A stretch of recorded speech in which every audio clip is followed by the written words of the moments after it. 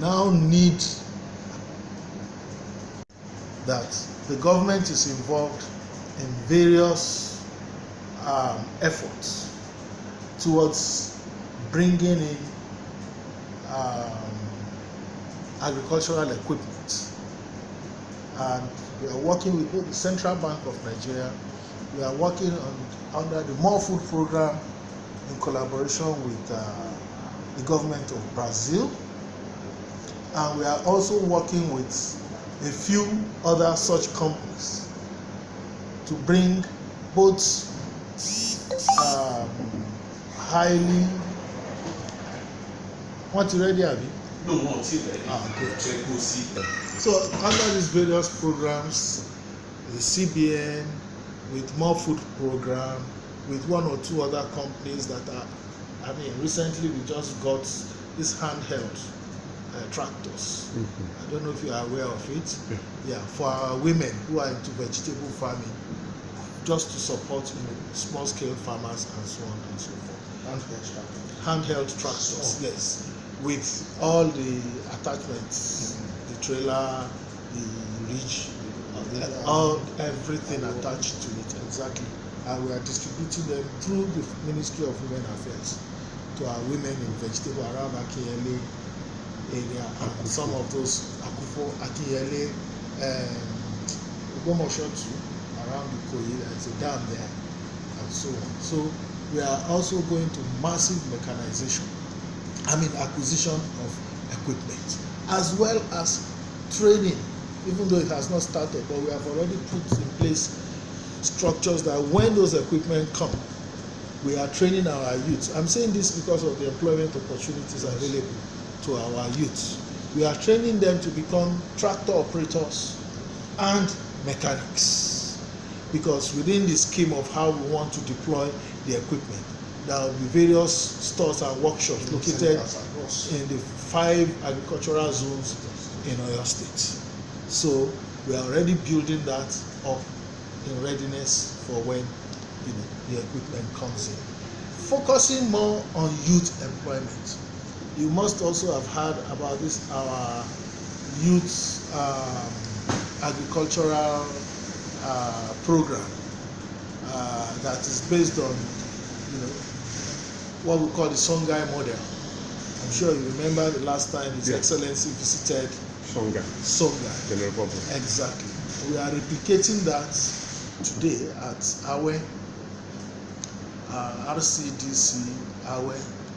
We have a 140-hectare land there where training is carried out for youths that are sent in by the various local governments on a 3-month basis. So we have completed the first batch. We are in the process of starting the second batch, and it will be continuous like that. And we don't leave them after we've trained them. They go back to their various local governments. The local governments give them a starter pack with which they can then start their own agricultural endeavor based on what they learn. It doesn't have to be crop production alone. It could be, thank you, it could be piggery, it could be, Now we have some federal government interventions too that we have also keyed into. One of them is called the FADAMA program. Under that, there are 2 segments. There is one for what I will call the older people, and they work in cooperatives of a minimum of 15 people or maximum of 20 people, but you must have a minimum of 40 hectares of land that is contiguous, because we are mechanized. So that is big enough for the bulldozer or the tractor to move. So it comes to an average of 2 or 2.5 or 3 hectares per member of that cooperative. So the idea is just to get them involved. It is ongoing. If you are still interested to go to the FADAMA office, once you meet that requirement, which is very simple, they provide you 60% of all your inputs once you have your land and it is cleared. And it is not a loan. It is a grant. for everything you produce, and they are the ones, they will make sure that they give you the fertilizer, they give you the seeds, they bring the equipment for plowing, for harrowing, up to harvesting and storage. They meet you 60% all the way. And once you produce, the focus for now is largely on cassava. Once you produce and sell, everything comes back to you intact. Nobody takes anything. But I want to focus more on the youth aspect of it. It is called Graduate and Employed Youth Scheme, GUYS, under FADAMA program, where we have trained about 300 youths from all over Oyo State. We train them in batches of 100, one at IARC, another set at Lautech, in Ogbomoso, Faculty of Agric, and the third set, the third 100 at Oscatech, Oyo State School of Agric. They are all certified, they were all tested and trained, and massively, at least, scored like 95% pass mark from them. And the federal government and the World Bank collaboration are going to give them a starter pack running to about 1.5 million for each one of them, including cash, to start their own program. This too is supposed to be on a yearly basis, meaning that every year another, yes, they continue to do that. The idea is just to attract them more and more and more. Having said this, we also have a few other programs like the MasterCard program that is being sponsored from the US, which is also focused on youth between the ages of 18 and 24, and indigent on less than $2 a day are the focus areas. We are working with IITA, Oscatech, and I think Michigan State University in Michigan, I think Kalamazoo, so Michigan in the United States, where these youths are also identified and supported very, very generously, because this is being sponsored by the MasterCard, this credit card company. Yes, and their payments and everything are even denominated in dollars. So that is also in the works. I must quickly say, unfortunately, the way government business works, it can be very slow and painstaking.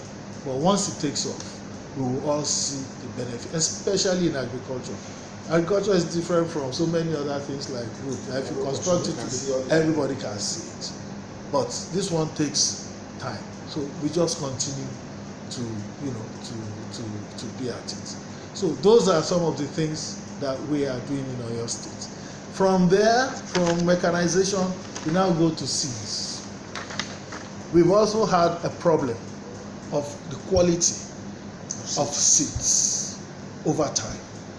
And I mean, it got so bad that even the federal government had to get involved. On our part, we've been working very closely with some of the research institutes around that, particularly IITA. We have a permanent collaborative relationship with IITA. We meet every Thursday. Every Thursday. To look at all the issues on two levels. One, governmental, which is government policy, as they are like our consultants in developing an agri policy for the next 25, 30, 40 years, which is in the making. Then on the other side, since we are now bringing the private sector into agri on a big scale, they are also acting as consultants for anybody that wants to go into agricultural venture. So they are able to assist in the areas of soil tests, area mapping, and we started working in all those areas. For instance, along with me and the Oyinbo stand Jamala Niseyin on our way to, Opara. Okay. River Opara. Exactly. After Ijio. Yeah. We turned off at Aguare. Yeah. Exactly. No, I know Ijio very well. Okay. So we've toured all those places. They've carried their Kinamankwe the area mapping, area survey. No, this new thing to that we play Technology. drones. Drones. They use their drones to do the area mapping. So we are doing all that with IIT, and I don't know whether I should be going into some of these details. No, so it's necessary exactly, because what we are also doing is we realize that at the end of the day, after the massive production, we've made effort for storage. We've signed off with a company that picks up all the vegetables, because we also have that problem of getting it to the market without it being spoiled. Hills Harvest has signed an MOU with Oyo State government. Hill Harvest Limited. That's a private. It's a private venture. Harvest Limited. You signed as an aggregator for Oyo State. What do? They go to, and we also signed a lease agreement. We signed an MOU for them as aggregator. Then we signed a lease agreement with them. They pay us for the use of some part of our warehouses located in various, because they needed collection centers, and they can't start building new ones. And they even have to equip some of them to be refrigerated, because they now supply companies like ShopRite and so on and so forth. So they take the vegetable from our farmers fresh, pay them, and then they take it off. And we also incorporated them. For these two things that we are doing, Oyo State is the first state in the whole country that is pushing this under the school feeding program of the federal government. What goes on now is federal government allocates 70 naira per child in primary school to feed. And the vendors go to the open market to buy the foodstuff which they cook. If you buy from the open market, it's more expensive. So what we have incorporated our own farmers, so that instead of taking that money to the open market, we buy directly from our farmers. So this company also doubles as the collector from the farmers. Exactly, collector of the farmers, so that our farmers are sure that whatever they produce, it gets consumed. I'm sure you're also aware of the 10,000 ton silo that is under construction at Awe, that is virtually 85% completed, which is fully automated. 10,000 tons, yes, capacity for grain silo at Awe. So it's fully automated, should be completed before June, all going well, and it will serve the whole of Oyo State and even beyond. So those are some of these things. Yeah, sir.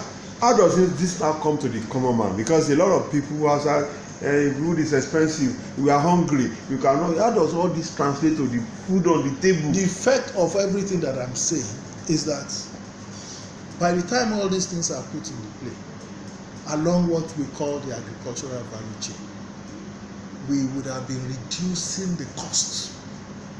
I'll give you an example. Iya Mojidi plants gure or efotete in her Alabata village in Akiyele local government. Produces maybe 1 acre or 2 acres. Gets her stuff. She was only able to sell half of it. The other half gets rotten. She will transfer the cost of the loss to this one. Yeah. So you end up buying this at double the price. But by the time there is an efficient and effective way, exactly, of evacuating it, it comes. So I just use that as a small example of what is going to happen to large scale production, and that's where I'm going. It's a long journey, but we have to